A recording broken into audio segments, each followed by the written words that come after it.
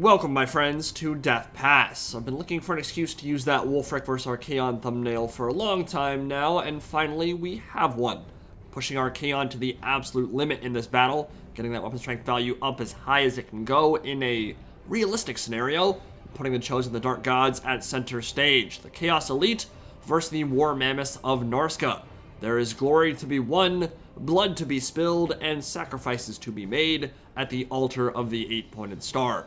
Surely, the Dark Gods are smiling down upon us, because the Everchosen has mustered one of the more elite armies I've seen, in multiplayer anyway, but he is the most important factor by far.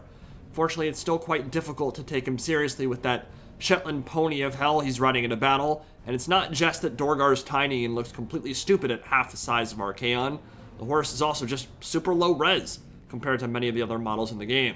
If Archaon and Dorgar don't get a visual facelift in Game 3, I'm going to be upsetty spaghetti, I'll just say that. Thankfully, at least on the gameplay side of things now, he's an absolute monster. 500 weapon strength, AP majority base, 100 charge, and the best combat steroid in Mortal Empires with the Slayer of Kings. If you stack that up with Flaming Sword of Rhuin and another famous spell, you can easily get his damage over 1,000 per swing. And also brought the Crown of Domination to make sure the Chosen don't tear a rout in those important late-game fights. They'll get immune to Psych with Frenzied Corn Chosen and the Mark of Slaanesh in Game 3, but for right now, it's by far their biggest weakness. The other important spell for this strat is Okkam's Mindrazor, which turns Archaon into a Titan when Slayer of Kings is active. Like, he two-shots mages and can 1v1 anything in the game, even through massive debuffs being thrown his way. Besides that, as I said, this is quite an elite build.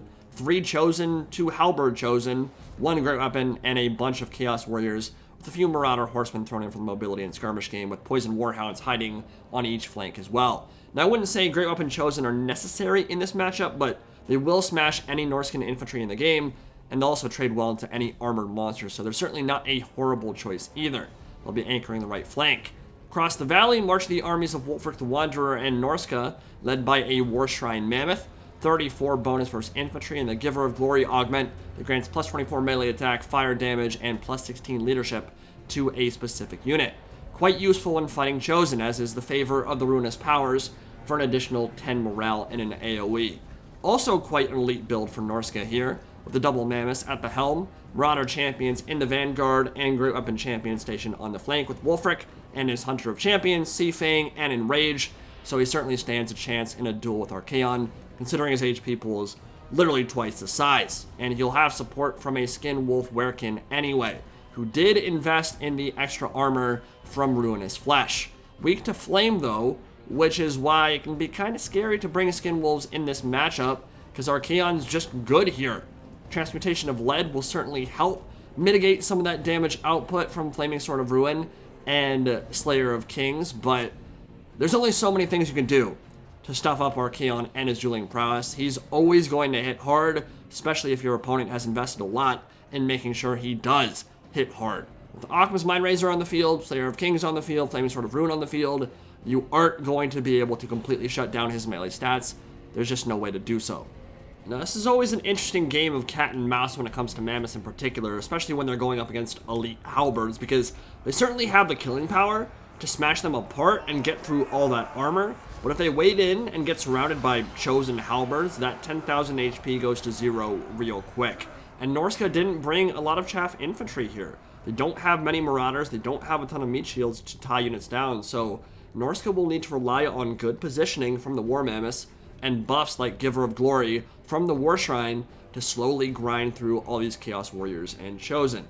The good thing, if you're Norsca, is that when champions have 60 plus melee attack, killing Chaos Warriors isn't actually very hard, especially with a charge or 2 from Wulfrik on his Mammoth. The bad news is, you'll need more than that to kill 3 full units of Chosen. Great Weapon Chosen can mulch a flank in seconds, and that puts you on a time crunch if you're Norsca.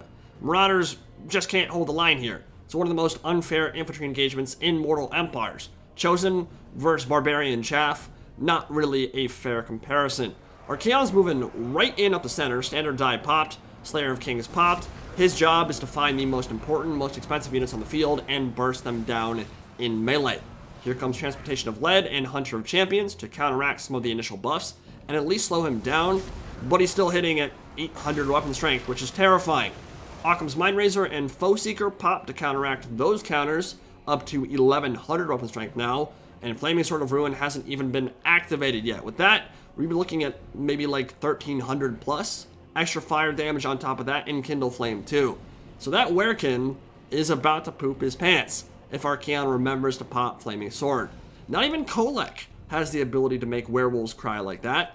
And as we see him go in, it'll be half HP in about 2 seconds. Sounds about right. And again, that's before Flaming Sword has been activated. There does appear to be some lag time getting that thing going.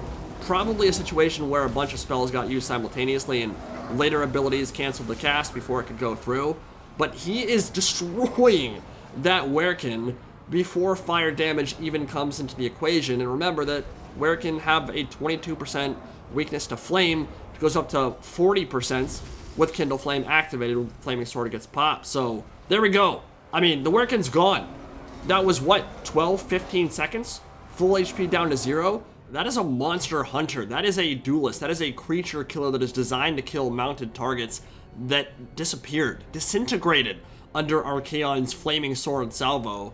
And it doesn't get a whole lot more satisfying than that. That is exactly what Archaon is capable of doing when you fully unleash Uzul from his blade. Yeah, good stuff from the Everchosen for sure. Chosen halberds with a full surround off on the Marauders on the Norscan right flank at the moment, but the Mammoths are still the biggest threat. Yes, they've lost their Werekin. Yes, that means their dueling prowess has taken a substantial hit, and dealing with Archaon will be even more challenging now.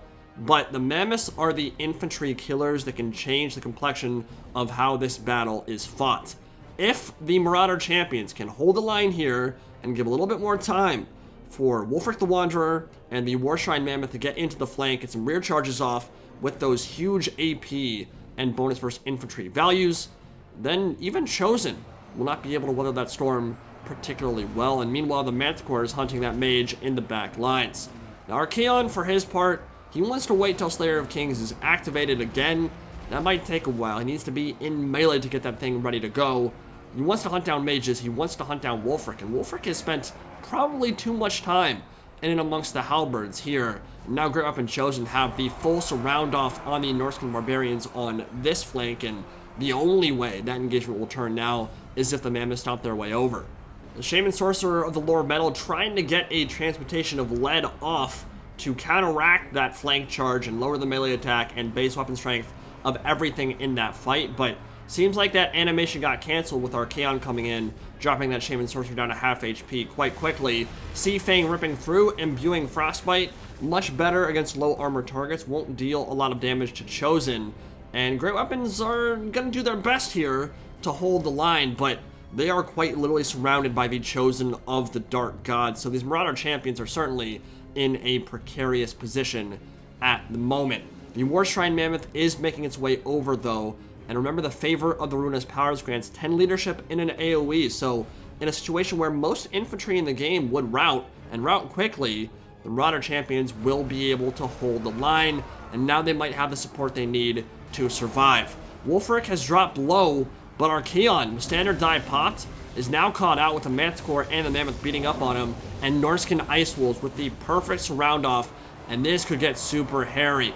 Flaming Sword is popped though, Archaon up to 800 weapon strength right now, and 78 melee attack, even with Hunter of Champions. Debuffing his stats.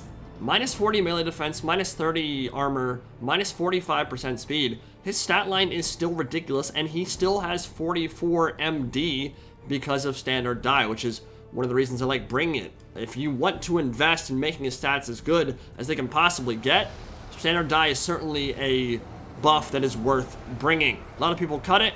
It's saving his ass right here because he'd probably already be dead if he hadn't invested in that extra melee defense steroid. And he's super pissed now. He did not like getting sandwiched by a bunch of Norscan Ice Wolves nibbling on his booty, the Manticore and the Mammoth on the front, so he's decided Wulfrik must die. Transmutation of lead will debuff his stats just a little bit, but the Slayer of Kings is active once more. Okkam's Mindrazor is still available, and together, that means that even Wulfrik the Wanderer, an amazing duelist with 10,000 HP, will fall to the Everchosen, and it wasn't even close in their fights. Archaon still relatively healthy, given all he's been through this battle, and now going directly after the Shaman Sorcerer, and boom! Almost straight up deleted from the game. Didn't quite kill him off, but it doesn't matter. With the Shaman Sorcerer down and routing, with the War Shrine Mammoth running for the hills, that will be your battle, and Army Losses kicks in, and that game was all Archaon, baby. Incredibly fun to watch what he can do when you truly unleash Uzul from the Slayer of Kings. Look at that damage value, almost 3,000. And that's without any burning heads, any flame storms, any magic spells that would deal damage, any breath attacks. You see Emmerich sometimes hit 4,000, but that's when he's calling down Star Dragon breath attacks and the like. Archaon here with his pure dueling prowess did the damage of a full mammoth. Incredibly impressive. 2,100 damage value on the Chosen Halberds. Both them earned 2 chevrons. They were the MVPs alongside Archaon for sure. And, I mean, it's crazy to see what Archaon can do when you truly invest in him. As a duelist, he is a beast, and it was kind of hilarious that he only got 1 kill that game. Kind of recalls back to the days of Lord of the Rings. When Legolas brings down the Mooma kill, it still only counts as 1, but he did a lot more than just kill 1 monster. In fact, he did 99% of that Skinwolf Werkin's damage too. Just got the killing blow from the Chosen Halberds instead. Now the other side, the Mammoths did well, but they probably stayed a little bit too long inside the Chosen Halberds, and it can be difficult because there were 3 Halberds on the field, 3 elite Halberds. Difficult for the Mammoths to completely stay away from that. And you don't really want to spend that much time cycle charging, because when you turn around to run away and get ready for another charge, well then Archaon's on your ass, stabbing you with 800 plus weapon strength. So that's not really an ideal situation either. In this case, I think going for a less elite army and simply fielding more Marauders would have probably been pretty beneficial, because if you want those Mammoths to make their value back, the best way to do so is have lots of chaff on the field and just soak up the damage from the Chosen, confuse them, get in their face, be annoying, and let the Mammoths have more time to maneuver and move around. And if you're throwing body after body, unit after unit the Chosen's way, sure, the Great Weapons will be able to cut through them quickly. Chosen Halberds, not so much, with only 36 melee attack.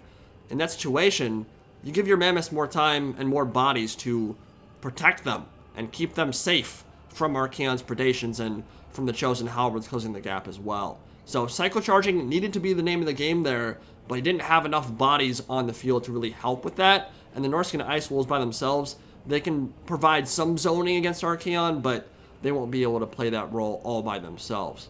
GG to the Norscans there, and hope you guys enjoyed Archaon's feasting here.